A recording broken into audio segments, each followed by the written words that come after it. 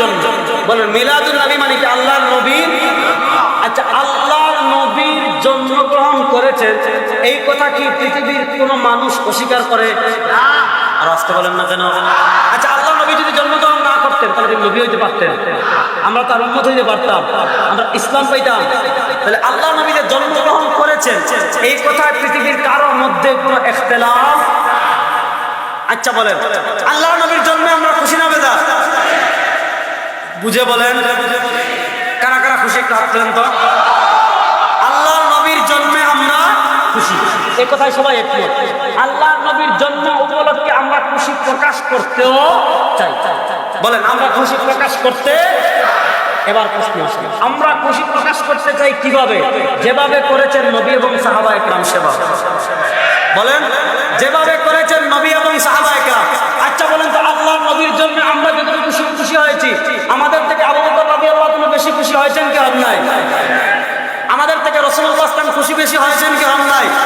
দেখেন, আল্লাহ নবী নিজেও খুশি হয়েছেন, আল্লাহ নবী নিজে তার জন্ম উদযাপন করেছেন। আপনি যদি প্রকৃত আশিকে রাসূল হন, ভণ্ডামি না করে যেভাবে আল্লাহ নবী তার জন্ম উদযাপন করেছেন সেভাবে করেন। এখন আল্লাহ নবী কিভাবে করেছেন আমাদের জানার দরকার আছে না নাই? মুসলিম শরীফের হাদিস, হযরত আবু কাতাদা আনসারী রাদিয়াল্লাহু তাআলা থেকে হাদিস এসেছে, সুইলা রাসূলুল্লাহ সাল্লাল্লাহু আলাইহি ওয়াসাল্লাম আন সিয়াম ইয়াউমিল ইসনাইন। আল্লাহ নবী সাল্লাল্লাহু আলাইহি ওয়াসাল্লাম সপ্তাহে প্রত্যেক সোমবার রোজা রাখতেন। কি বারে? আল্লাহ নবীকে সাহাবায়ে কেরাম জিজ্ঞেস করলেন, আপনি প্রত্যেক সোমবার রোজা রাখেন কেন? আল্লাহ নবী তিনটা কারণ বললেন, হাদিসে পাওয়া যায়। এক নম্বরে ফিহি উলিদতু, সোমবারে আমি কি করেছি? জন্মগ্রহণ করেছি। তাহলে আল্লাহ নবী জন্মগ্রহণ করেছেন কি বারে? সোমবারে। দুই নম্বর কারণ বলেন ফিহি উবাসু আলাইয়া, সোমবারে আমার উপর পৃথিবীতে প্রথম ওহী এসেছে। তিন নম্বর কারণ বলেন সোমবার আর বৃহস্পতিবার বান্দার আমল আল্লাহর কাছে পেশ করা হয়। আর ইন্নী উহিব্বু আন উরাদা আমালি ওয়া আনা সাইম, আমি এটা পছন্দ করি আমার আমলকে আল্লাহর কাছে এভাবে পেশ করা হোক যে আমি রোজাদার। তাহলে আল্লাহ নবী সোমবার রোজা রাখতেন তিন কারণে।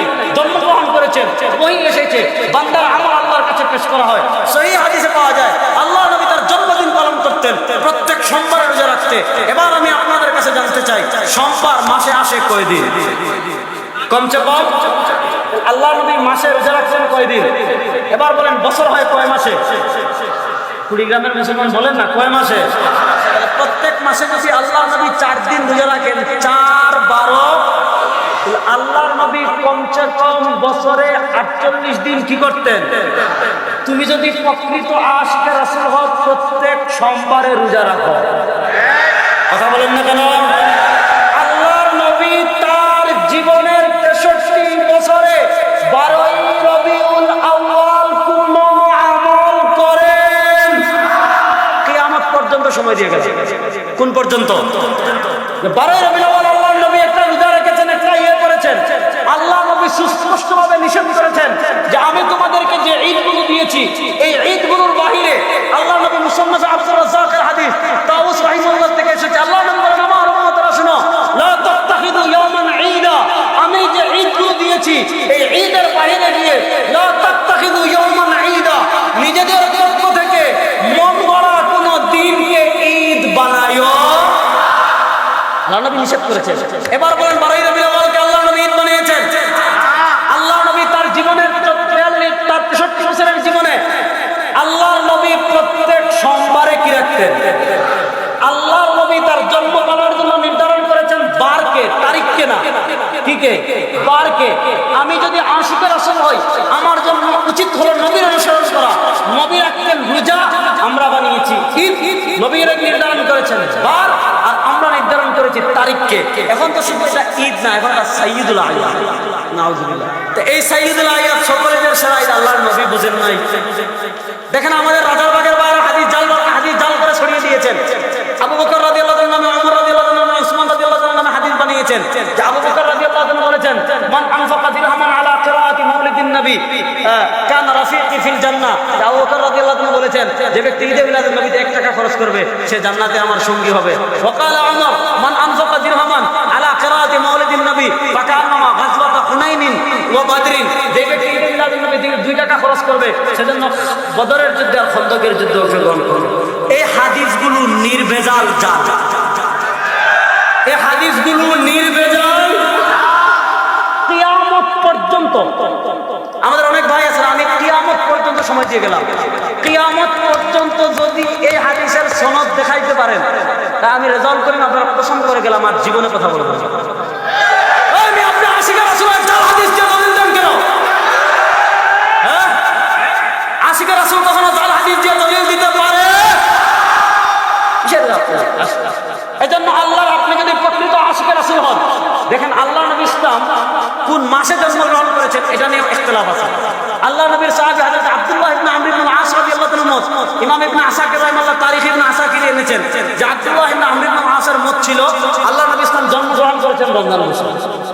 তো আল্লাহ নবী কোন মাসে জন্মগ্রহণ করেছেন সেটা ঐক্যমত না। অধিকাংশের মতে হলো 12 রবিউল আউয়াল, অধিকাংশের মতে রবিউল আউয়াল, রবিউল আউয়ালের পরে অনেক মত, কেউ বলেছেন 2 রবিউল আউয়াল, কেউ বলেছেন 8 রবিউল আউয়াল। দেখেন মিলাদের পক্ষে প্রথম পৃথিবীতে যে কিতাব লেখা হয়েছিল ইবনে দাহিয়া কিতাব লিখেছিলেন আত-তানবীর ফি মাউলিদিল বাশীর ওয়ান নাযীর। ইবনে দাহিয়াও লিখেছেন আল্লাহ নবী জন্মগ্রহণ করেছেন বিশুদ্ধ মত হলো 8 রবিউল আউয়াল। আমাদের বেরলভী ভাইদের আলা হযরত আহমদ রাজা খান বেরলভী তিনি তার কিতাব নুতকুল হিলাল ওই কিতাবে এই কথা লিখেছেন যে রাসূলুল্লাহ সাল্লাল্লাহু আলাইহি ওয়াসাল্লাম জন্মগ্রহণ করেছেন 8 রবিউল আউয়াল, এটা হলো বেশি বিশুদ্ধ, আর 12 রবিউল আউয়ালেরটা প্রসিদ্ধ। তো আল্লাহর নবী তুমি যদি প্রকৃত আশিকের রাসূল হও, রমজানেও করো, 2 তারিখেও করো, 4 তারিখেও করো, 8 তারিখেও করো, সব বাদ দিয়ে সাইয়্যিদুল আয়াত 12 রবিউল আউয়াল করো। এজন্য এই সমস্ত ভণ্ডামিতে আমরা যাব, এই সমস্ত বেদাতে আমরা জড়াবো। আপনি যদি প্রকৃত আশিকের রাসূল হন, কুল ইন কুনতুম তুহিব্বুনাল্লাহ ফাত্তাবিউনি ইউহিব্বুকুমুল্লাহ, আপনি প্রকৃত আশিকের রাসূল হলে ইত্তেবায়ে রাসূল করবেন, রাসূলের অনুসরণ করবেন। রাসূল কিভাবে তার জন্মদিন পালন করেছেন, আল্লাহ নবী তার জন্মদিন পালন করেছেন সোমবারে রোজা রেখে। আপনি যদি আশিকের রাসূল হন, প্রত্যেক সোমবারে রোজা রাখেন, রোজা রাখা বাদ দিয়ে ঈদ বানিয়ে বিরিয়ানি খাওয়া, জিলাপি খাওয়া, ভণ্ডামি ছাড়া কিছু না। আচ্ছা, 2 নম্বর প্রশ্ন করেছেন কোন পীর বা তার স্ত্রীর নামের শেষে আলাইহিস সালাম বলা যাবে কি? আচ্ছা, আমাদের উম্মতে মুহাম্মাদের ভিতর আল্লাহ নবী সাল্লাল্লাহু আলাইহি ওয়াসাল্লামের পরে সবার চেয়ে শ্রেষ্ঠ হলেন আবু বকর। কে? আবু বকর রাদিয়াল্লাহু তাআলা তখন আলাইহিস সালাম লিখেছেন। তারপরে শ্রেষ্ঠ হলেন ওমর রাদিয়াল্লাহু তাআলা, ওমর রাদিয়াল্লাহু তাআলা লিখেছেন। উসমান রাদিয়াল্লাহু তাআলা আনহু, আলী রাদিয়াল্লাহু তাআলা আনহু, হাসান হুসাইন। উম্মার 1400 বছরে নবী ছাড়া আর কেউ তাদের নামের সাথে দুরূদ ও সালাম লিখে কি আজীব ভণ্ডামি। কেউ লিখে আলাইহিস সালাম, কেউ লিখে রাহমাতুল আলামিন, কেউ লিখে সাহেবে কুন ফায়াকুন। যেগুলা লিখে বুঝবেন এটা মানুষ না, মানুষের বিষয় তার। আচ্ছা, আরেকটা প্রশ্ন করেছেন 23 দিন, 40 দিন বা 63 দিন বা 90 দিন ব্যাপী ঈদে মিলাদুন নবী পালন করার কথা কিন্তু বৈধ। দেখেন ইসলামী শরিয়া, দেখেন আমি একটা যুক্তি বলি। গত বছর আপনারা দেখেছেন ঈদে মিলাদুন নবী নিয়ে আপনাদের উত্তরবঙ্গের ঈদে মিলাদুন নবীর পক্ষের এক বড় আলেম আছেন দিনাজপুরের মৌলানা ডক্টর এরশাদ বুখারী, তার সাথে আমার ডিবেট হয়েছিল, মুনাজারা হয়েছে। দেখেন নাই? দেখছেন তো ওখানে অবস্থা। যাক, আমি যেটা সংক্ষেপে বলি, ওনারা আমাদেরকে একটা প্রশ্ন করেন, আচ্ছা আবরার সাহেব ঈদে মিলাদুন নবী পালন করা যাবে না, এটা কোথায় আছে? বুঝেন নাই কথা? ঈদে মিলাদুন নবী পালন করা যাবে না, নিষেধ আছে। মনোযোগ দিয়ে বুঝেন। আচ্ছা, আজকে আমরা এশার নামাজ পড়েছি কয় রাকাত? ফরজ কয় রাকাত? এখন বুঝেন, আমি আজকে কুড়িগ্রাম বললাম, আজ থেকে আমি এশার নামাজ পড়বো 6 রাকাত। ব্যাপারটা বুঝুন। আমি বললাম আজ থেকে আমি এশার নামাজ পড়বো 6 রাকাত। আপনি বলবেন 6 রাকাত কেন পড়বেন? আমি আপনাকে বলবো 6 রাকাত পড়তে পারবো না, এটা নিষেধ করেছেন একটা হাদিস দেখান। একটা হাদিস কিয়ামত পর্যন্ত 6 রাকাত পড়া নিষেধ, এমন কোন হাদিস? আমি মাগরিবের নামাজ পড়বো 5 রাকাত পড়বো, আপনি বলেন না পড়তে পারবো না, আমি বলবো পড়তে পারবো না, এমন একটা হাদিস দেখাতে পারবেন? ইসলামের শরিয়ার বিধানাবলী 2 প্রকার। এক প্রকার হলো ইবাদত, আর এক প্রকার হলো গায়রা ইবাদত।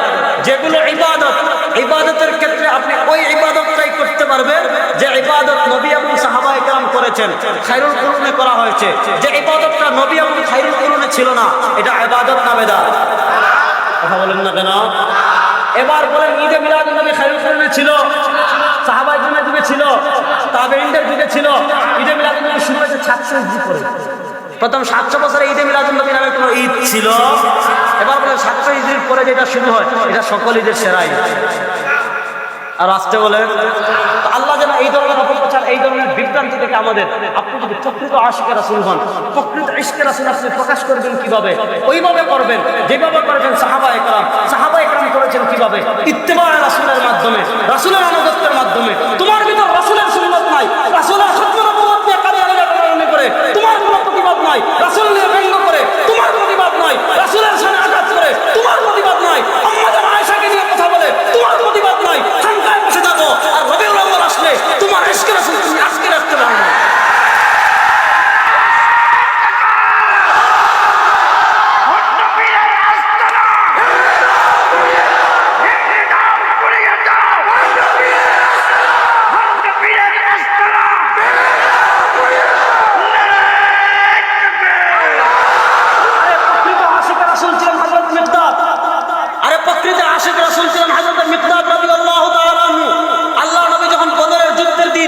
বদরের যুদ্ধের সময় তো আল্লাহ নবী যুদ্ধ করার জন্য জানলে গিয়েছিলেন কাফেলাকে ধাওয়া করার জন্য।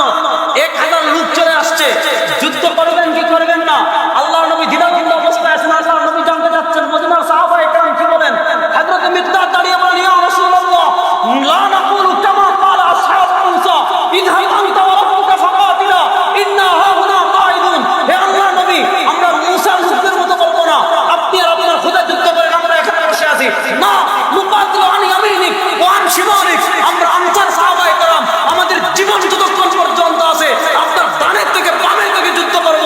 আরে নবীর ইজ্জতের চাদর নিয়ে টানাটানি করা হয়, তুমি চুপ করে বিরামি খাও, আর রবিউল আউয়াল আসলে তোমার ইশকে রাসূল আসতে ওঠে। আমরা তো আমাদের জানের চেয়ে আমার নবীকে বেশি ভালোবাসি। আমার বাপ যদি নবীর বিরুদ্ধে চলে যায়, আমার বাপকে আমি রাখবো না ইনশাআল্লাহ। নবীর ব্যাপারে আমার কোনো ছাড়। আমরা এতটুকু ভালোবাসি, জীবন জীবনে দিয়ে দিব। কিয়ামতের দিন এতটুকু বলতে পারবো যে নবীর জন্য আমরা জীবন দিয়েছি। এর জন্য শুধু নিকা সুন্নাত পালন করতে হবে না, মনোযোগ দিয়ে শুনেন।